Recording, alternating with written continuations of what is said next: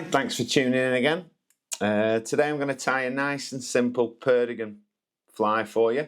This is the Subtle Perdigon, mainly used on a dropper.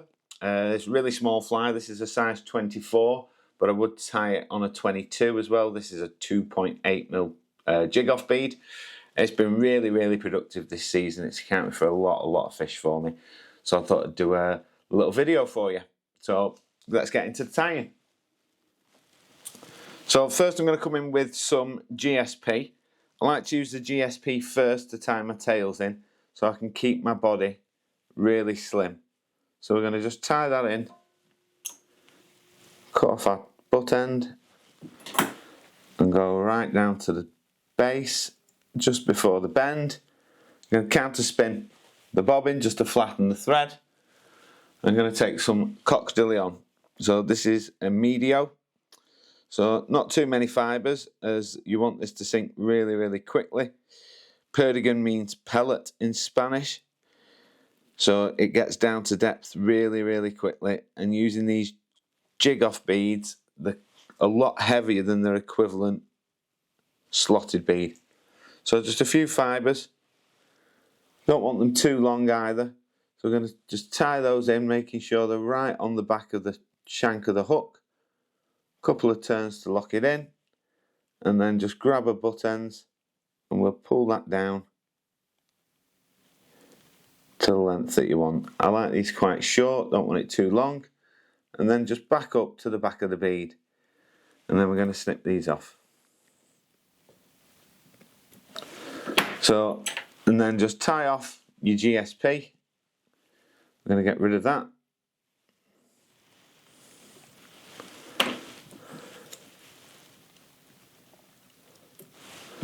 Now you notice all my cuts, I invert my fly, so I make sure that the cuts are behind the bead, because when we finish the fly it'll hide all those little cut ends. So the next material is some UTC 70. This is in olive. So just a few turns to lock that in. Get rid of a tag end. Flatten a thread by turning it anti-clockwise and take it down to just before the tail. And then the next material I have here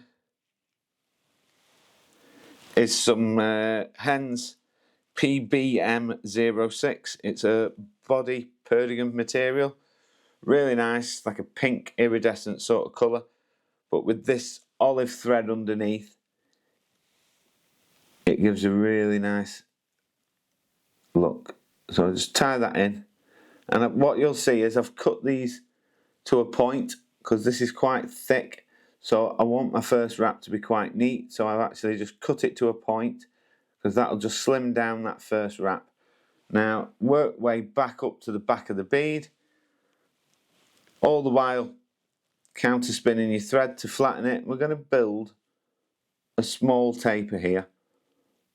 But as I say, I want the body to be quite flat.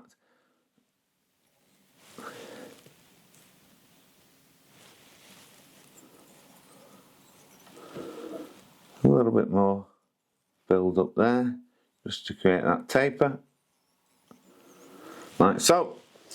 And then we're going to do a first wrap over the back of the hook.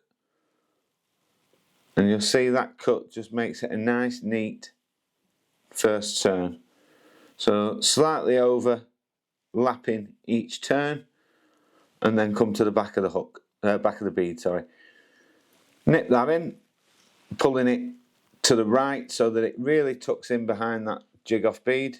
Couple of turns behind, couple of turns in front, and then we can just cut that out.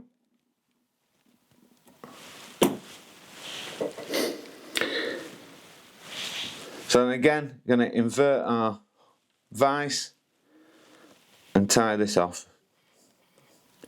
Just 2 or 3 whip finishes, like so, pulling it to the right again so that it doesn't lie across the body, it pulls back into the back of the bead, and then we're going to nip this out as short as we can. So we're nearly there, just going to straighten up that bead a little bit as it's moved. Then the next material, we're going to take some Raidzap UV in thin. So I'm going to take a bodkin. You only need a really little bit of this to cover that body.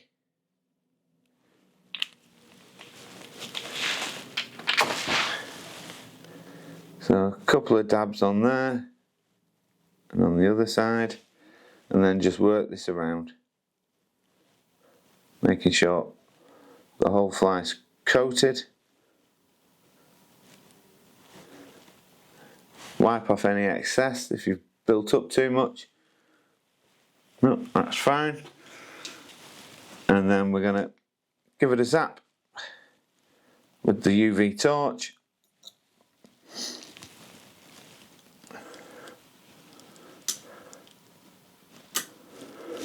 Like so. And then the next material, we're going to come in with some more UV. But what I'm going to do is I'm going to angle my bead in this position, as gravity is your friend when you're using UV. So this will help work this wing case into the back of the bead and not build up too much. So you only need a little bit of this. You need to be quite quick, as this can run down the body or down the underneath of the fly. You just need to be quite careful with how much you put on. And then if you turn your fly upside down again, you can come in with your torch and cure that UV. And then we'll just give the whole fly another extra cure just to make sure it's all finished properly.